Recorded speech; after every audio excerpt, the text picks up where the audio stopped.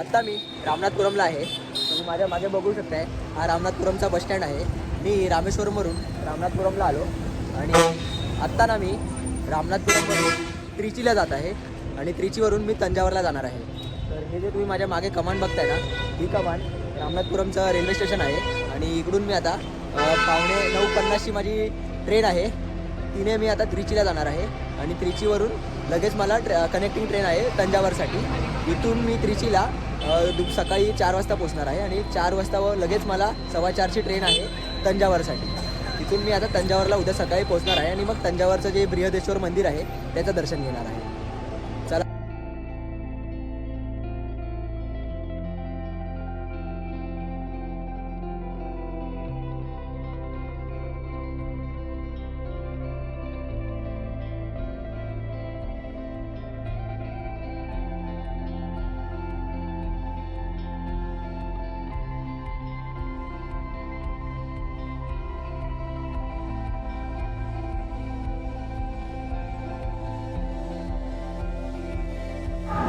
नमस्कार मंडळी. तर आता मी त्रिचीला आहे आणि तुम्हाला मी काल सांगितल्याप्रमाणे काल संध्याकाळी मी रामेश्वरमवरून निघालो होतो आणि रात्री मी रामनाथपुरमला पोहोचलो व रामनाथपुरमवरून माझी 9:50ला ट्रेन होती. त्या ट्रेनने मी आता त्रिचीला 2 वाजता उतरलो आहे आणि आता त्रिचीवरून माझी तंजावरला ट्रेन आहे 4 वाजताची. ती आता 3:30ला लागेलच.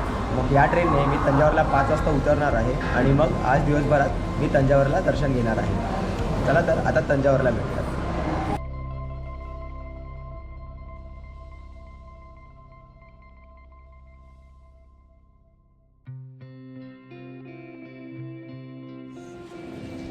आणि आत्ता मी तंजावरला पोचलो आहे. आता सकाळचे 5:15 वाजले आहेत आणि मी तंजावरला पोचलो आहे. आता इथून मी तंजावर स्टेशनलाच फ्रेश वगैरे होऊन मग नंतर मंदिराच्या इकडे जाणार आहे. मित्रांनो, आज आमचा तमिळनाडूमधला दुसरा दिवस आहे आणि तुम्हाला मी सकाळी सांगितल्याप्रमाणे आता मी तंजावरला आहे आणि तंजावरवरून मी आता तंजावर स्टेशनलाच फ्रेश वगैरे होऊन बाहेर येऊन नाश्ता करून आता मी बृहदेश्वर मंदिरात जात आहे. मंदिर तर ओपन झालं असेल आता. तर आता बघूया. मंदिरात आता पोचायला हार्डली मला 10 मिनटं लागतील. मग तिथे पोचून मी तुम्हाला सगळं मंदिर दाखवतो आणि मग तुम्हाला आजूबाजूचा जो परिसर आहे तो देखील दाखवणार आहे.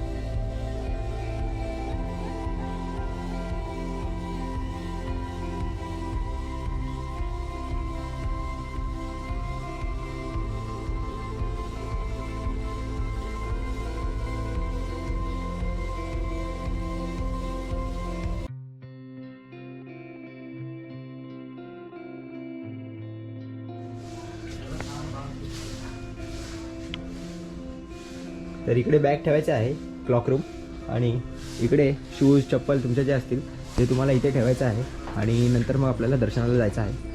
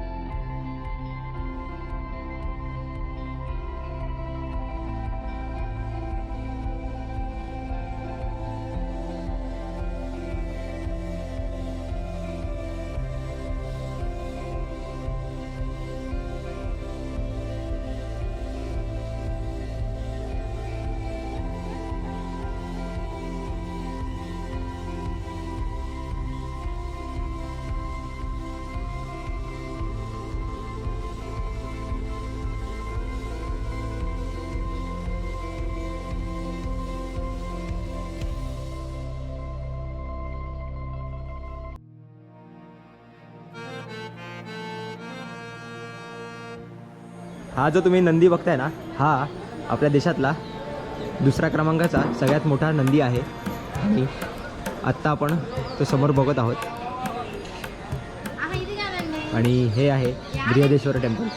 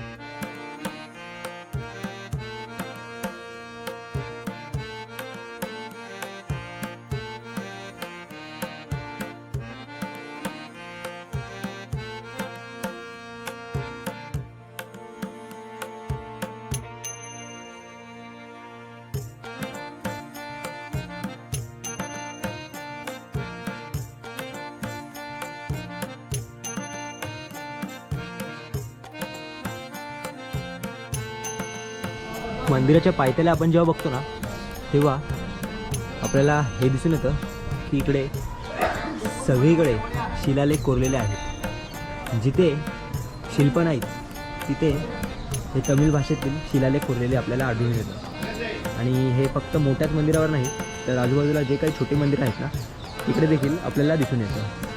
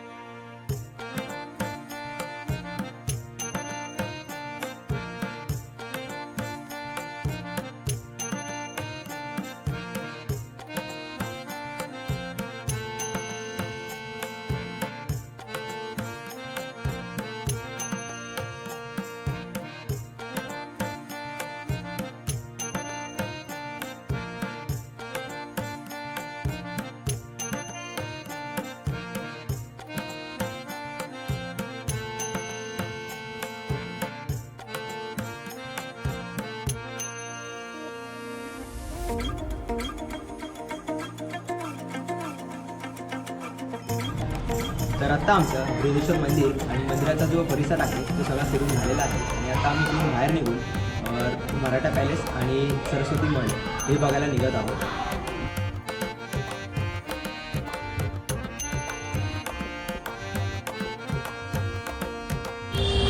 तर आता मी तंजावर पॅलेसला आलो आहे आणि आता इथून मी पॅलेस आणि सरस्वती महल बघणार आहे आणि नंतर मग परत मंदिराच्या इकडे जाऊन माझी बॅग कलेक्ट करणार आहे.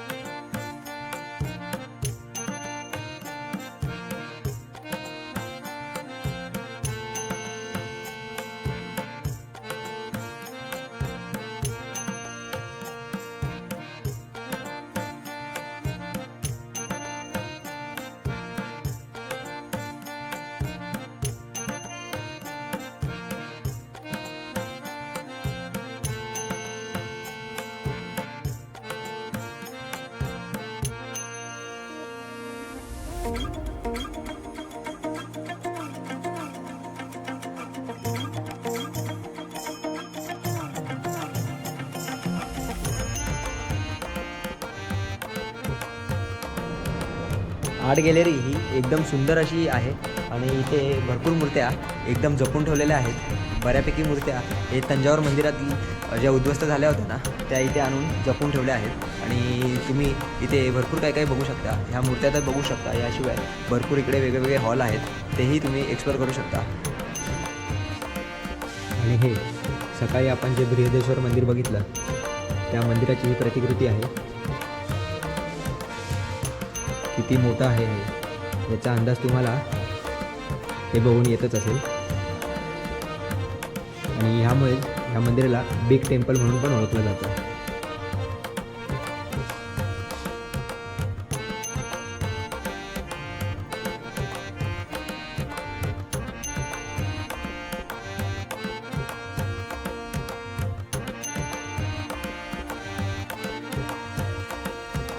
तर मित्रांनो, आत्ता आमचं मराठा पॅलेस, आर्ट गॅलरी आणि सरस्वती मॉल हे सगळं बघून झालेलं आहे. आणि दरबार हॉल पण बघून झाला आहे, पण त्याचं सध्या काम चालू आहे त्यामुळे त्यांना आत आपल्याला जाता नाही येत. पण बाकीचा हा जो सगळा परिसर आहे तो आता आमचा सगळा फिरून झालेला आहे.